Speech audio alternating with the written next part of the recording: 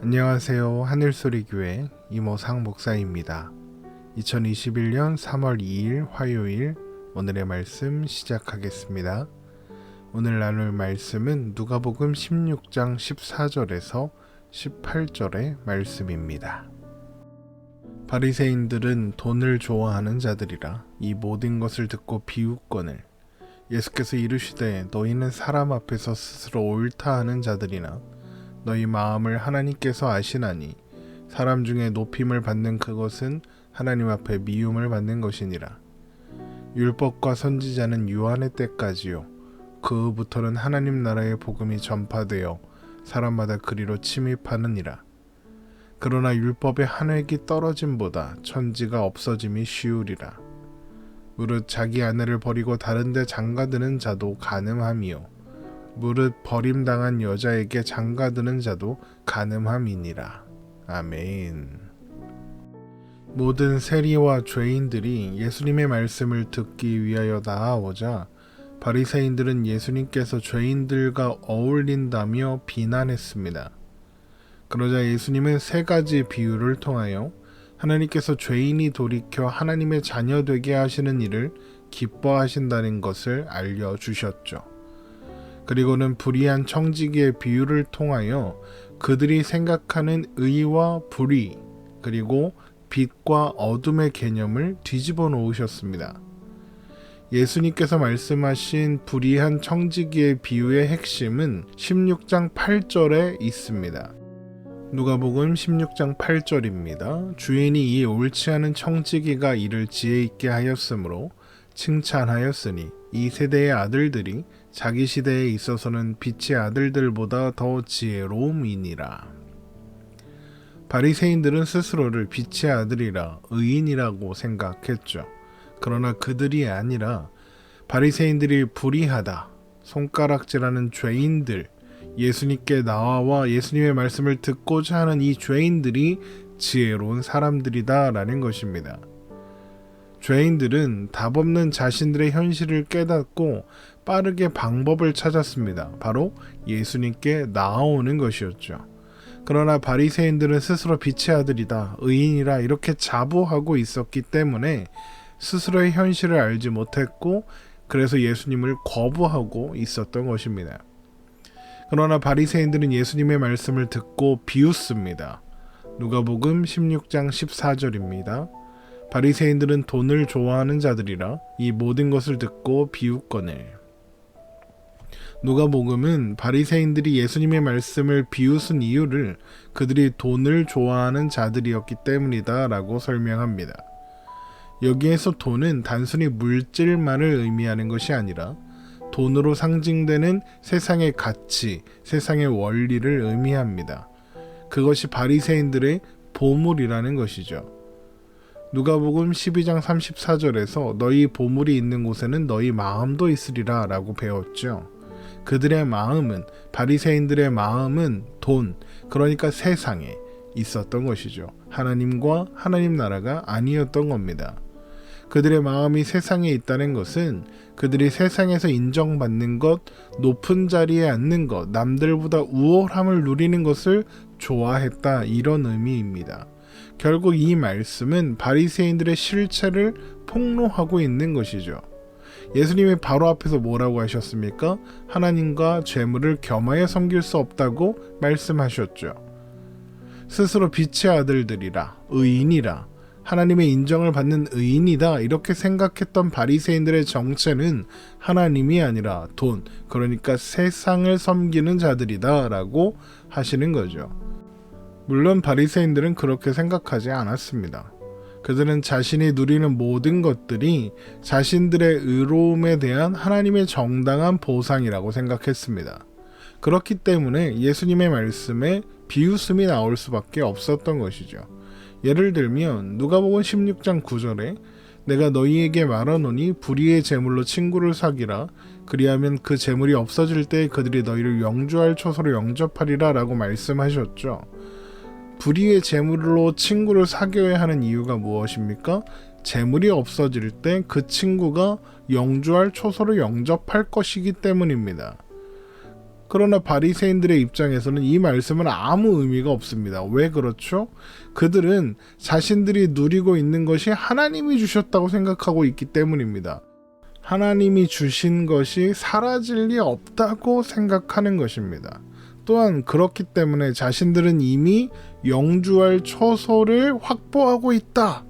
이미 영주할 처소에 살고 있다라고 생각했습니다. 그러니까 예수님의 말씀이 아무 의미가 없는 거죠. 헛소리한다 이렇게 느껴졌던 것입니다. 예수님이 이런 바리새인들의 마음을 아시고 이렇게 말씀하십니다. 누가복음 16장 15절입니다.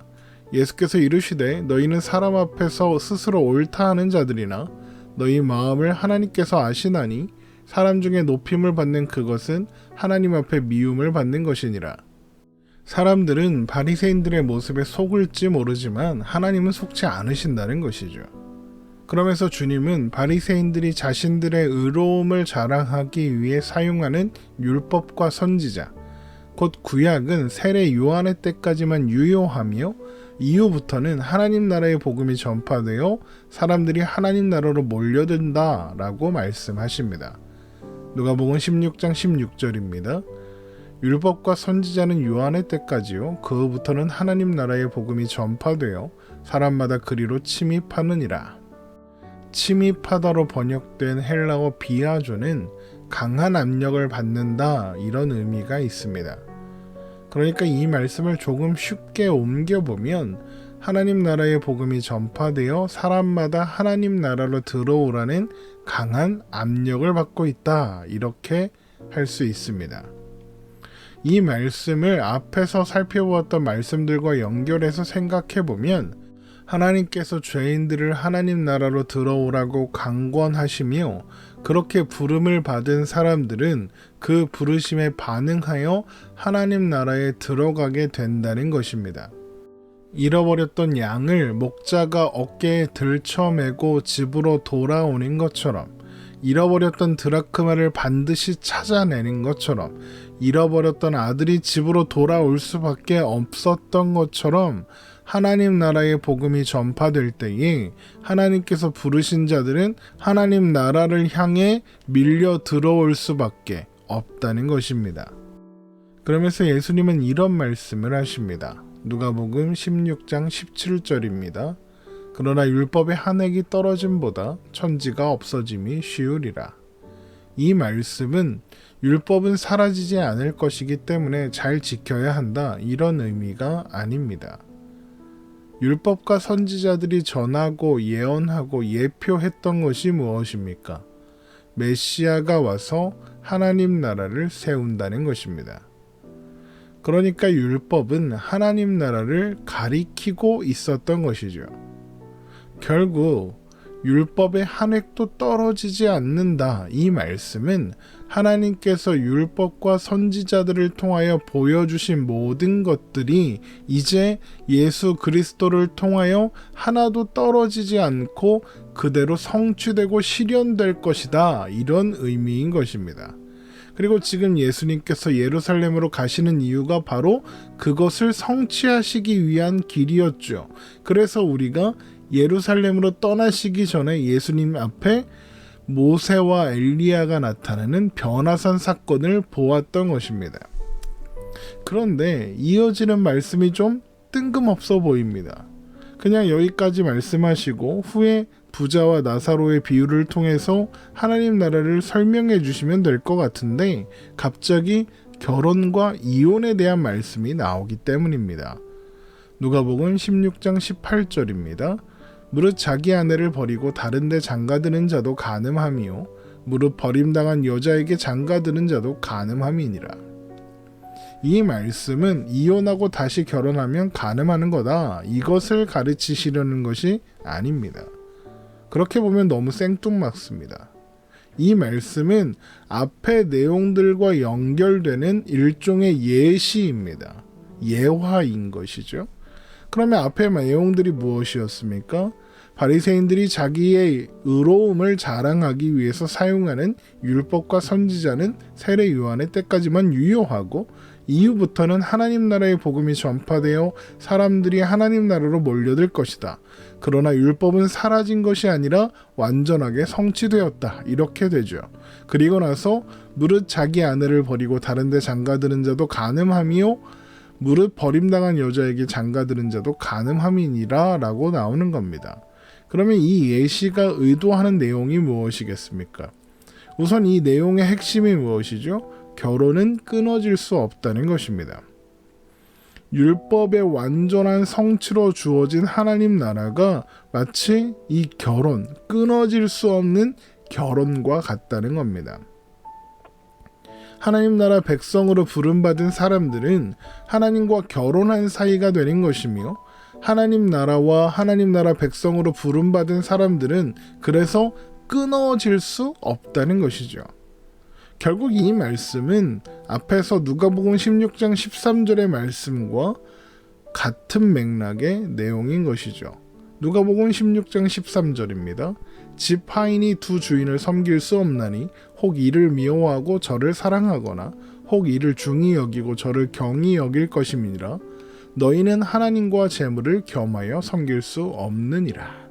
하나님은 우리를 하나님 나라로 초청하셨습니다. 그것도 강권하여 부르셨죠. 그 부르심에 반응할 수밖에 없도록 하셨습니다.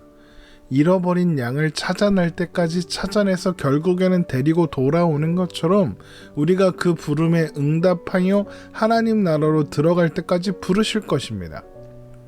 요한복음 6장 37절에서 39절의 말씀입니다. 아버지께서 내게 주시는 자는 다 내게로 올 것이요 내게 오는 자는 내가 결코 내쫓지 아니하리라. 내가 하늘에서 내려온 것은 내 뜻을 행하려 함이 아니요 나를 보내신 이의 뜻을 행하려 함이니라. 나를 보내신 이의 뜻은 내게 주신 자 중에 내가 하나도 잃어버리지 아니하고 마지막 날에 다시 살리는 이것이라. 조금 내려가서 요한복음 6장 44절도 보겠습니다. 나를 보내신 아버지께서 이끌지 아니하시면 아무도 내게 올 수 없으니 오는 그를 내가 마지막 날에 다시 살리리라. 예수님께서 지금 하시는 말씀의 내용이 무엇입니까? 하나님께서 부르신 자들은 다 예수님께 갈 것이고 예수님께 가는 자는 모두 하나님 나라 백성이 됩니다. 그 일은 완전하고 완벽하게 성취될 것이며 끊어지지 않고 영원할 것입니다. 그러나 바리새인들은 스스로 하나님께 인정을 받는 사람들이라고 생각했고 자신들이 누리고 있는 지위나 부는 다 그 결과로 주어진 것이라고 생각했습니다. 그러나 그들은 하나님이 아니라 재물을, 세상을 사랑하는 자들이었던 겁니다. 그래서 이어지는 말씀이 부자와 거지 나사로의 비유인 겁니다. 그들의 기준에서 부자는 하나님께 은혜를 받은 사람, 거지 나사로는 은혜를 받지 못한 사람이었기 때문이죠. 부자와 거지 나사로의 비유는 내일 자세히 살펴보도록 하겠습니다. 오늘 말씀 여기서 마치겠습니다. 하나님의 사랑이 언제나 우리를 향하고 있음을 기억하며 믿음으로 사는 오늘이 되시기를 주님의 이름으로 축원합니다.